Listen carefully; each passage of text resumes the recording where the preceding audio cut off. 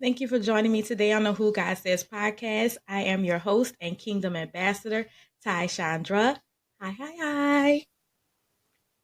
Today we have a special guest. Ooh, I'm so excited. She is an author and a storyteller, a podcast host, motivational speaker, entrepreneur, Reverend Jocelyn Jones. Yay! Hey, Ty-Shaun-Dra. Hey. Welcome. Thank you for having me.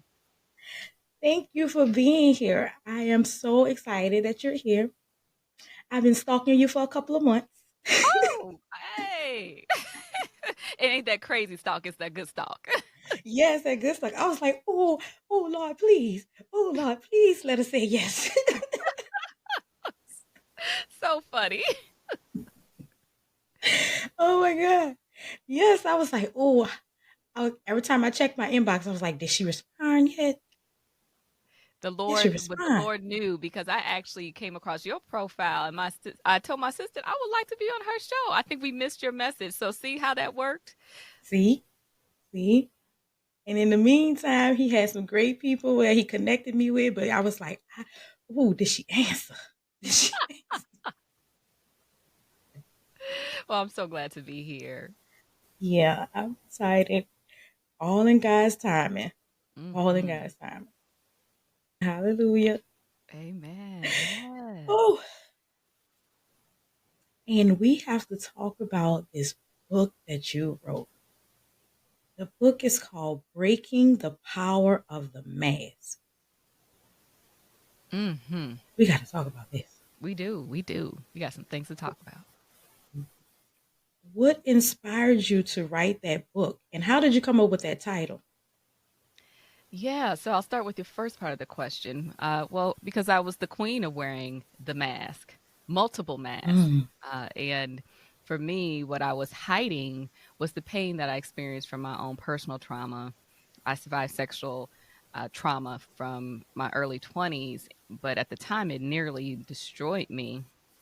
And the way wow. I hid my pain was to throw myself into ministry, and I worked and worked and worked. And the funny thing, I was telling someone else earlier today, is that there's certain addictions or behaviors that we engage in to hide our pain that can actually be socially acceptable and even Yeah. celebrated, like being a quote unquote workaholic.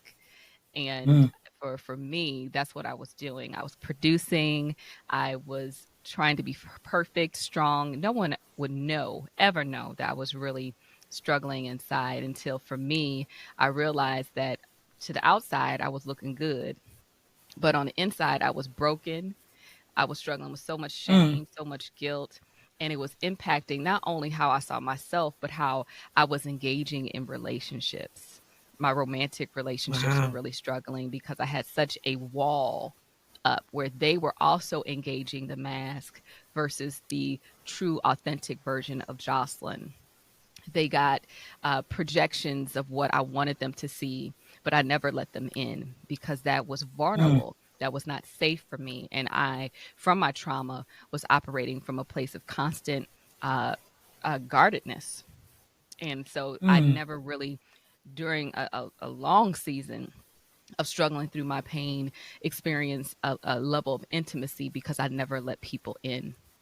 And so for me, when I began to really see how I needed to remove my mask to begin to heal from the pain that I had experienced, I started interviewing other individuals about their healing journey from trauma. And I would publish it as a blog, the interviews. I called it Faith Fridays. That's how I actually started my ministry, was those interviews. And eventually, as I was writing and starting to do my own work through counseling, I wrote my first book called Breaking the Power of the Mask, to talk about that process, the fear that we have, the attachment we have to our mask, and how it takes courage to remove it. And we have to find sacred spaces to begin to unpack the pain from the past so that we can begin to yes. heal and invite God's healing into our space. Wow. Wait, we got to let that sink in. Because you said you were projecting what you wanted them to see, and they were not actually breaking through to the real you. We Mm-hmm. got to let that Mm-hmm. sink in. A lot of us do that. A Mm-hmm. lot of us do that. And you mentioned that it affected your relationships. You wouldn't allow people to have that intimacy with you because you had those walls up. And I've done that. I've done it. I've been married before, and I just recently expressed to someone that I had never been in love.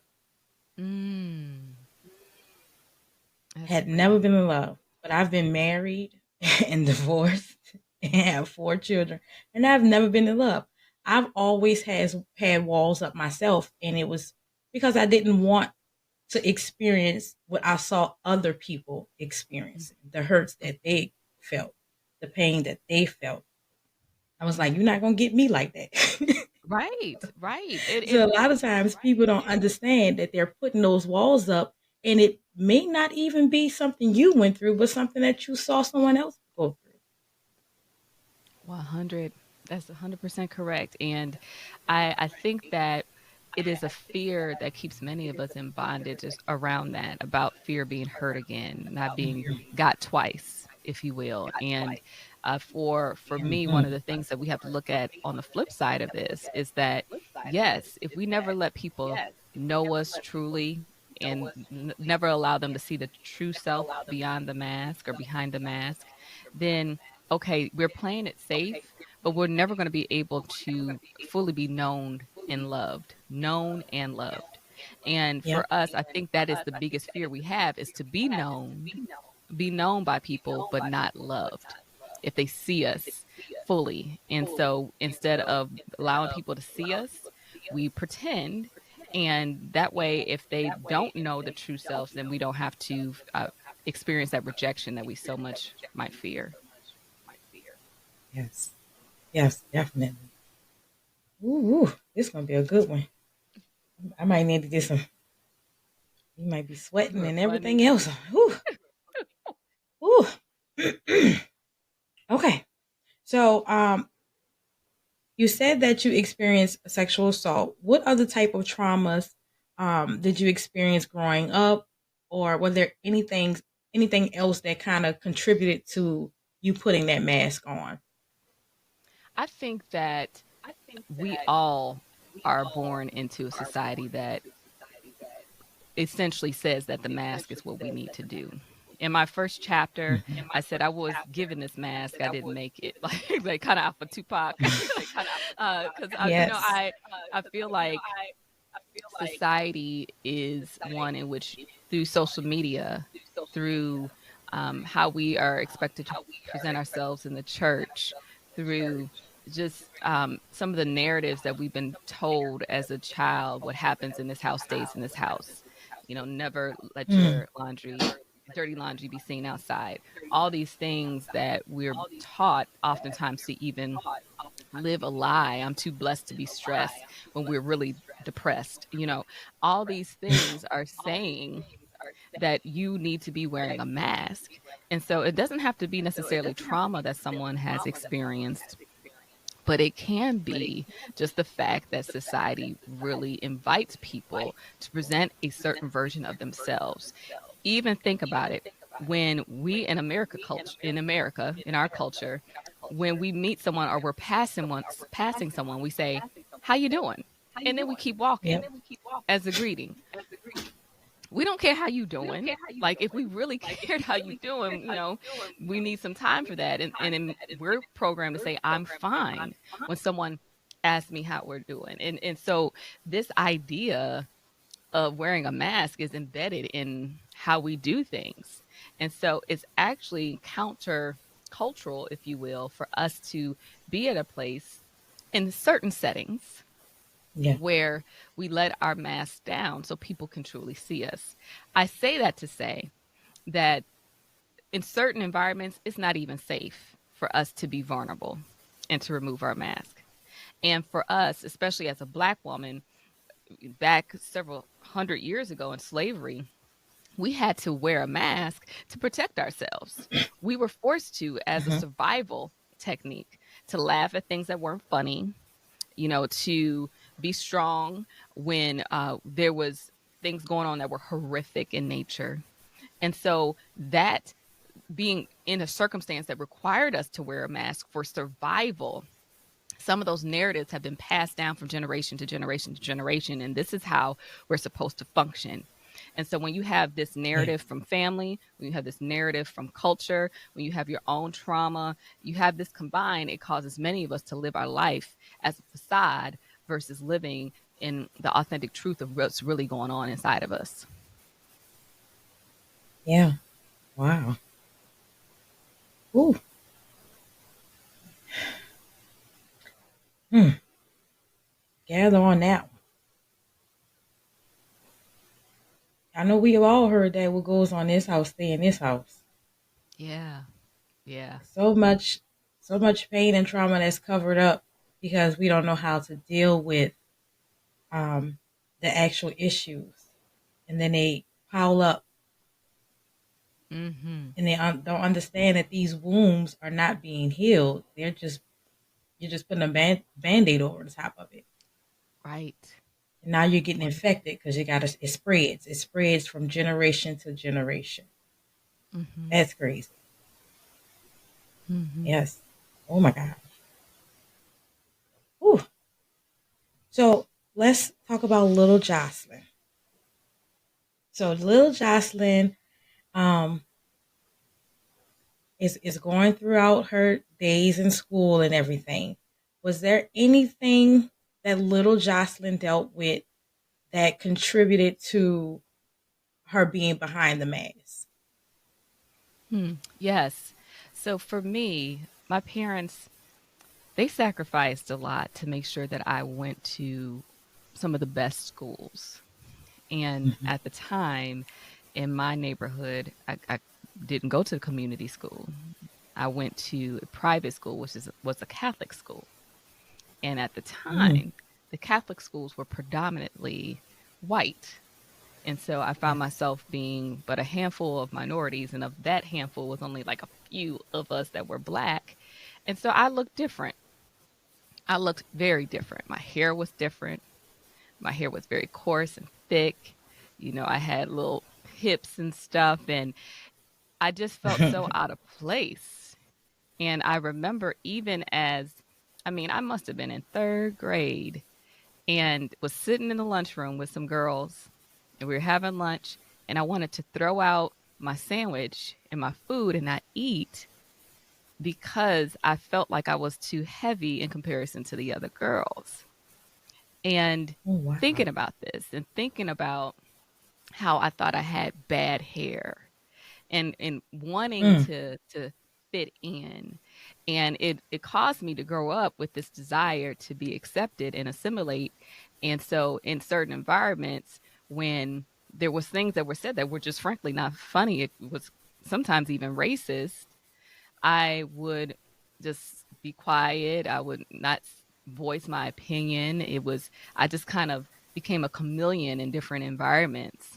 And for me, that was definitely a mask of people pleasing and becoming so fluid in other people's comfort and what they thought, Mm. that I was losing who I was. And that was really challenging to unlearn that behavior as an adult, because I didn't realize how much of my voice was lost in trying to fit into a world that was different than me. Wow. Have you told your parents anything about this? Like, did you talk to your parents as you were growing up about it, or was it something they all talked about later on in life? No, I don't even think I tell my mama the story of the sandwich, wanting to throw that out. My dad is deceased. But my mom, Oh. you know, if I probably could tell her, I feel like she would feel so terrible, but it wasn't her fault. My parents were Right. trying to give us the best. It's just, I think when you're young and you're different and you know you're different, and sometimes different in certain environments is treated as bad, then Yes. it can impact your self-esteem. Yeah. Wow. Ooh. Okay. Ooh.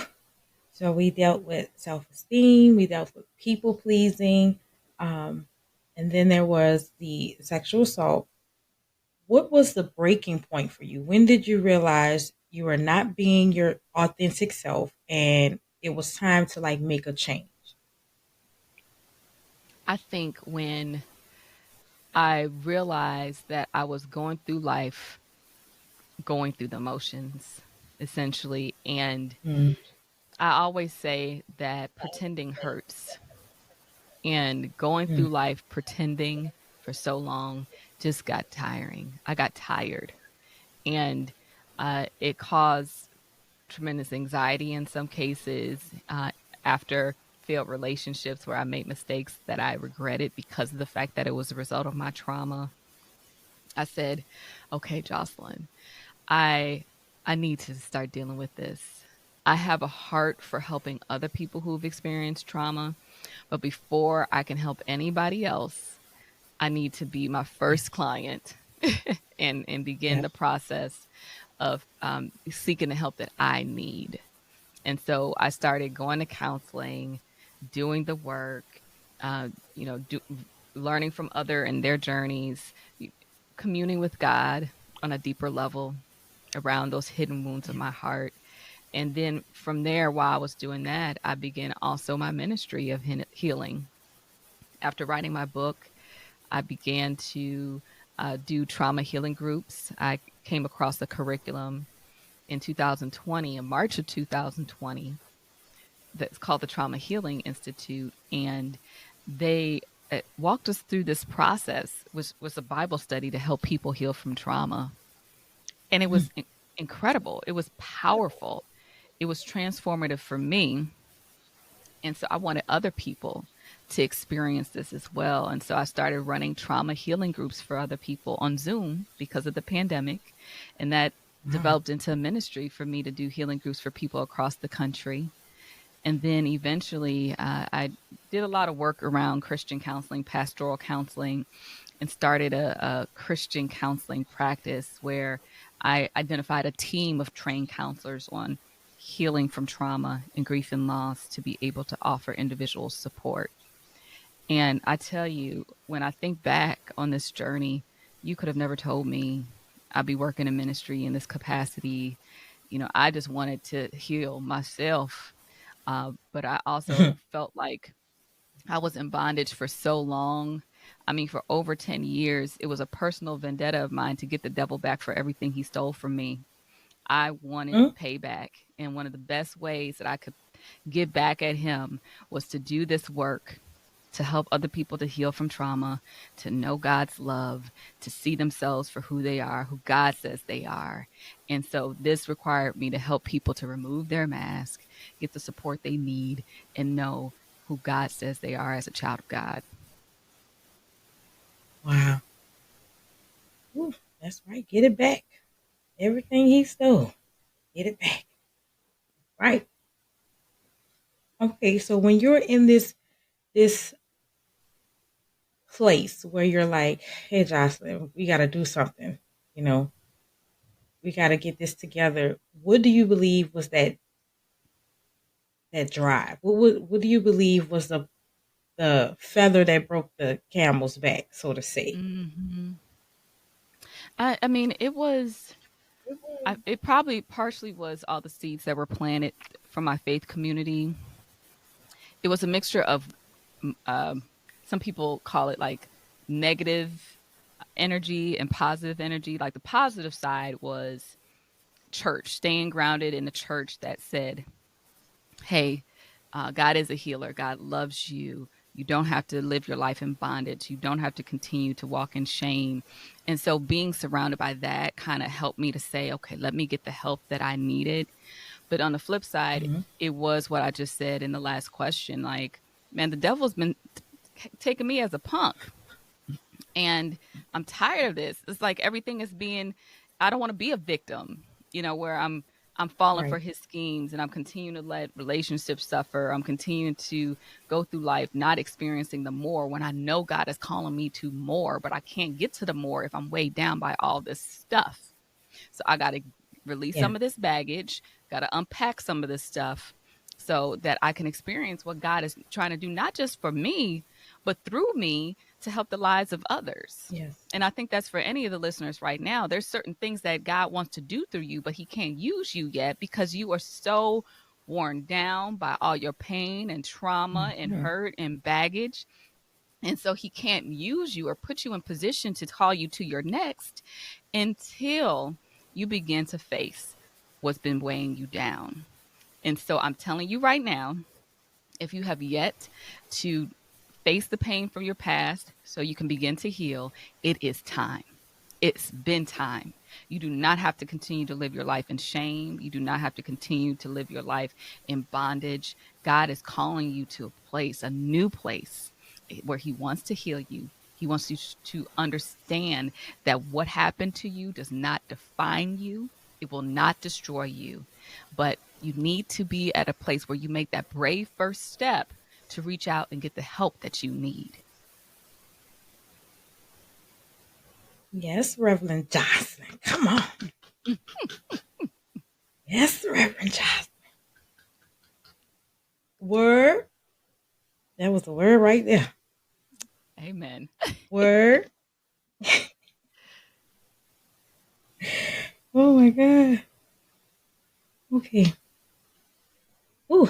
So how did once you decided to start making that change, did you start to notice a difference when you interacted with people like at work, in the church, and in other relationships? So I did start seeing a difference, but I need to be clear that that difference was very small steps, work in progress. Mm-hmm. Like it's not overnight that these changes take place because some things we don't even realize Right. is there that need to be addressed. It just until something happens and it brings it up to light that you're like, oh, where'd that come from? Well, yeah, that came from something that happened Mm-hmm. 10, 15 years ago that you haven't dealt with yet, but it's okay. We can't deal with everything all at once. And for me and my process, when I began to really do the work around healing, and I said yes, fully said yes to God in terms of the process, then that's when my life began to shift because I shifted into ministry. I had Mm-hmm. already worked in the nonprofit field for over 10 years at my church.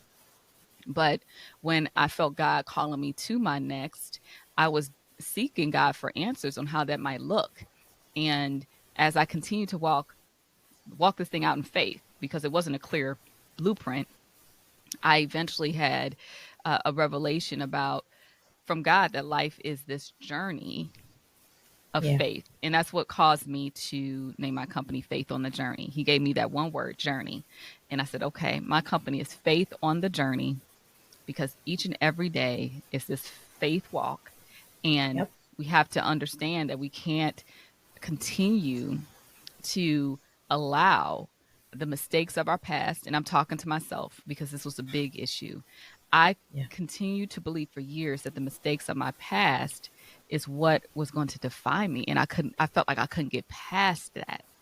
And so when the decision to begin the process to heal and remove the mask took place in my life, that's when my ministry doors blew wide open. And that's what took Wow. place. That's when I started really doing the work and really being equipped and have God order my steps and putting me in positions where I was able to connect with other healing practitioners and have speaking opportunities and work in churches. And none of this was in my plans, but me saying yes and having that Wow. revelation helped me to take my next step into my new chapter of life. As it relates to your question around relationships, that's still a work in progress because for years your girl was single, like it wouldn't even think about no man. And so there were certain issues that I have or had that I was unaware of because they would not be brought out when I was in a single season, because Mm-hmm. it's easier to kind of just focus on ministry and serving the Lord. But when you start engaging someone on a more intimate level, you realize, oh, that's still there. Just because it's been dormant for 10, 15 years because I've been single doesn't mean that it's not still there. And I think that sometimes Mm-hmm. there's this misnomer around time healing all wounds, but time without the work and effort to do the healing, it doesn't necessarily heal all wounds. As you mentioned, it could lead to infection if you just leave an open wound that has a bunch of dirt inside of it, unclean. And so for me, in this recent season of me moving from singleness to being married and working through like the challenges of being in an intimate relationship with someone, I've had a lot of work that I still have to do. Oh, Lord have mercy. It shows, it reveals those things to you. And it's okay, because we're Yeah. going to be a work in progress until we go home to glory. But I Yep. just always like to be real with people that I have not in no shape or form arrived, but I have made progress. Yeah. Hi everyone! Join the Kingdom Fanatics community. Get exclusive content, green room access with our guests, and more. Visit our website at whogodsays.com. Like and follow us on Instagram, Facebook, TikTok, and make sure to subscribe to our YouTube channel. We greatly appreciate your love and support. To find all information on joining our community, being a guest on the show, donating on our PayPal donation page, and more, visit us at whogodsays.com. Now back to the show. That's awesome. We all, we all are still progressing. We have not arrived. That is awesome. She was like, still learn. Yep, we're all still learning. I see a lot of things in myself, even listening to other people's conversations, because I am still single. But even listening to other people's conversations, I noticed that I have a different viewpoint on a lot of things that they talk about. And I listen to a lot of different podcasts, and I'm like, I've noticed that my mind shift has totally changed. And a lot of things Mm. that used to bother me, especially in relationships, don't even bother me anymore. It's like, why did you even care about that? Like, what was the problem there? Mm-hmm. Why was that an issue? And so I've seen, like, a lot of times, um, I notice my growth just by listening to other people and the way that I respond, and getting them to look at something different. And after in the conversation, I'll be like, you said that? Right. I'm like, oh, you said, oh. So I know that, like you said, we're all progressing, but I know that God is using a lot of people to show me my growth. Because a lot of times when you're sitting there and you're secluded, you're by yourself, and God is doing their work on the inside of you, you don't really see it until you start interacting with other people. And like you said, like, oh, well, that was there. Some things I didn't even think about from years and years ago. But now I see how I've grown from it, how I see how things don't bother me. The nagging and the nitpicking stuff, like what they call them, pet peeves. The pet peeves Mm-hmm. Mm-hmm. are not there. Well, some of them are still there. Some of them are still there. But most of them are gone. Because a lot of time it's surface things. We, like they say, women have a list, but it's surface things that we try to attach ourselves to and say, this is what I want, when we don't even know what we want because we don't know who we are. We're not Very clear true. on who we are. So how can you know what you want? Mm-hmm. Yeah, when you start thinking that, diving into figuring out who you are at your core, then you'll start to understand these are the things that I absolutely need. It doesn't matter about the rest of that stuff, you know. And I like to call them core values. You have core values. You have core values in the Bible. You have core values at home. You have core values in business. And that should stem over into relationships. As long as you have those core values and you're operating in that, then you should be fine. All the rest of that surface stuff, it comes and go. That's good. Mm-hmm. Yeah. Okay. So what are the biggest obstacles that keep people stuck in their past? And how would you advise them to overcome those obstacles? I think for one, the environment. I think certain environments it's going to be hard for us to move forward into the future if everything around us is reflecting the past hurt, um, unhealthy ways of thinking, negativity, and some environments breed you living a lie, not providing you with a safe space Yes. to talk about what's going on with you. So I do think certain environments must be changed in order for someone to have room to even start the healing process. Because if you're continuing to stay in an environment that's causing you further pain, then you'll never be able to heal. And so that's number one. I think the second thing that hinders people from beginning to heal or being stuck in their past is that it's very in order to heal, you have to hurt. Mm-hmm. You have to feel certain things.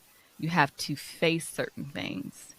And I think that instead of doing that because it requires such work, we rather just not. We'd rather Yeah. not. We just rather just say, oh, well, let me just put that on the shelf or bury this over here and pretend it's not there. But that's kind of like we think of like little children who are playing. They're like, I don't see you. They like cover their eyes with peekaboo. It's like, well, it's still there, even though we can pretend not to Right. see it. And just because we don't acknowledge it doesn't mean that it's not having an impact on us.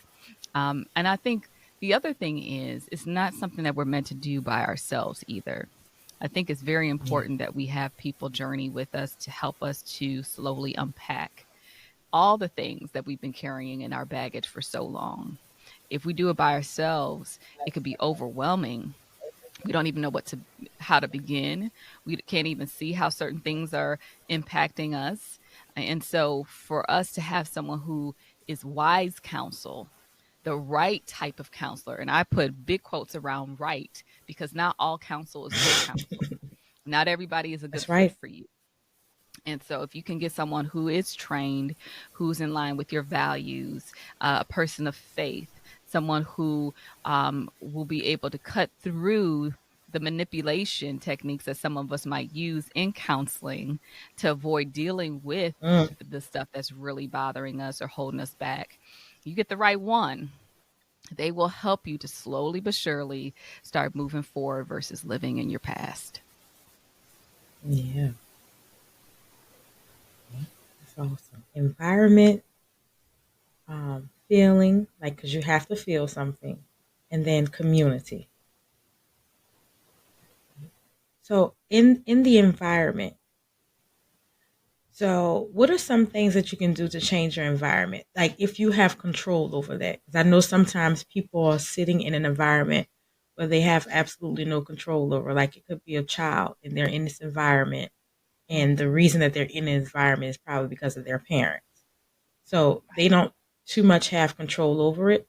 But what are some things that we can do to control the environment as adults, as people who have control over that? Yeah. So for one, I think it's starting by doing some work on self. And this is where the Hmm. counseling comes in because sometimes we've been in an environment for so long that we have a hard time discerning what is healthy, what's not healthy, what's harmful for us, what has been injuring us. Sometimes we think that this stuff is Hmm. just like okay because it's been our Yeah, it's normal, normal. right? And Hmm. so I think when having someone who is objective to be able to help you process certain things and kind of work on yourself and then help you to identify the people in your life who might need to be pruned and the people in your life who might need some stronger boundaries so that they don't continue to injure you. And as you begin to do work on yourself, your continence changes. What you're willing to put up with Yeah. changes. The type of conversations that you will engage will change. Some people will, quite frankly, drop off themselves from you and say, she's different now. Well, yes, she's different now Hmm. because she or he or whoever knows who God says they are now and is not going to continue to engage in certain things. And so some people will eventually kind of fall off, and other people you might just have to make very difficult decisions to end certain relationships, which it's never easy, whether it's a romantic relationship or friendship. Certain people were never meant to ride the elevator up to the penthouse with you. They got to get off on the fourth, the Yep. fifth, the sixth floor. And when they do, it doesn't mean that you don't mean them well. It just means that their time, that season is up in your life, and it's time to let them go. And so for me, I think that a good starting point is to do the work on yourself, gain a better understanding, build yourself up, and then look to see in who your life needs boundaries, who you might need to slowly distance yourself from, even if you have to. If you have the means, change locations. And locations doesn't have to be out of Right. state. It might just be, let me find an apartment, or let me find a new roommate, or let me have a change of scenery, maybe a people group or a church group or whatever it means to you. But I think identifying the people in your life who are not life giving is a first Hmm. step. So then you can be prayerful about how you can either Yeah. create some healthy distance or you can engage them differently.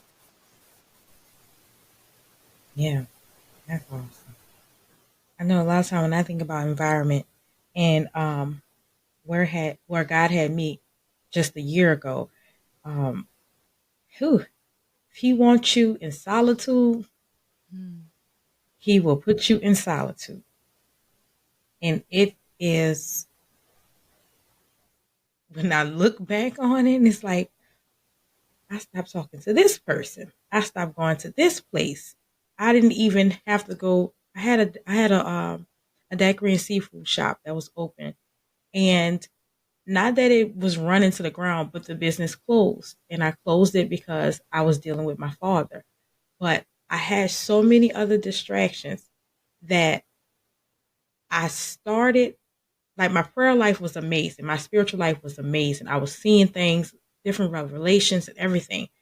And God was trying to tell me to do something, and I was pushing it to the back, like, okay, but I got to deal with this. Okay, but I have to do this for that person. Okay, but as soon as I do this, and the environment, not that it was toxic, but it was disruptive to what He wanted me to do. And He had to take me and sit me down. And I moved. All I heard was the word move. The Holy Spirit told me move. I was like, okay. So I moved. I'm in New Orleans. Well, we're outside of New Orleans now, but when I moved, there was a hurricane that came. And I was like, so he was telling me to move out of the way for the hurricane, or if I didn't move, he was like, this is why I have to push you out. Like, I'm not that type of child. Like, okay, you're gonna tell me to move, but why? You know, but why? So, and he had to seclude me. He had to take me out of every environment that was familiar to me, every environment that I was so present in that I could not just drop it all and do what he said. And he had to remove me. So I was sitting in the house that he moved me to for about 7 months by myself. Like, okay, my kids are here, but work from home, and that's it. You're sitting here. You have nothing else you need to do. The house is gonna be sustained. You still have a job. Your house is gonna be sustained, but you have to focus on me. So when you say change that environment, sometimes, like you said, things just seem so normal to us, to where we don't focus on anything else. But when God get ready to sit you down, He gonna sit you down. He is Yep, gonna sit absolutely. you down. Mhm. Ooh, Mhm. ooh. Everybody thought I was a hermit. They was like, well, where's she at? Yeah, that's real. Yes, he gonna sit you down. And I have never been, I like to be off to myself. I like to have peace. I love to be able to interact with my family when I can. But the way I was secluded, it was so nerve wracking to me that I would drive around in my car just to drive around, and just to do stuff. I was like, I had to find something to do, had to be busy. And he was like, nope. Mm-mm. Nope. Yeah, that environment is a big one. Yeah, it is. And it's not always a bad thing, but it's, like I said, it wasn't toxic. It was just distracting and was disruptive. So, yeah, people have to evaluate the environment. They do. Evaluate. And what is God trying to tell you about this environment? Or what is he trying to take you away from in this environment? Yeah, yeah. Those are questions to ask. It Yeah. requires for us to commune with God to get clarity Yes. about that. Yeah. Oh my God. And then you say feel. In order to heal, you gotta hurt. Ooh. You gotta feel something. You got to feel something. I've been numb for so long, especially in personal relationships, that I remember a friend of mine asked me, do you have any feelings at all? Oh my God. Because I am a very blunt person. I feel like at times it's a good characteristic to have because I am going to be honest. I'm not going to beat around the bush. I'm going to tell you what you need to hear. But I have learned that my delivery and being considerate of the other person had to change. That had to change. And I really made people feel like I had no feelings at all. Like I was cold hearted. I was just, you know, I've never been cold hearted, but it's just the way I was coming off. I'm going to tell you the truth, but there's a way to talk to people. There's a way to deliver things to people. I don't ever want to be responsible for someone needing to hear the truth, but the way that I told it to them drove them to a point of like suicide or something extreme, Right. So I had to really check myself and start considering the way other people felt because I didn't think about it like that. I was like, well, I'm gonna just let you know what you need to hear. And I didn't put myself in there and start feeling what it was. I didn't have any empathy towards their situation. Right. That's what it was. Yeah. Because it was like, it's not my situation, but I'm gonna tell you what you need to do. But I'm glad you realized that because many of us, it's easier. There's many situations, by the way, in which I had strong opinions about other people when they were going through it until I went through it myself.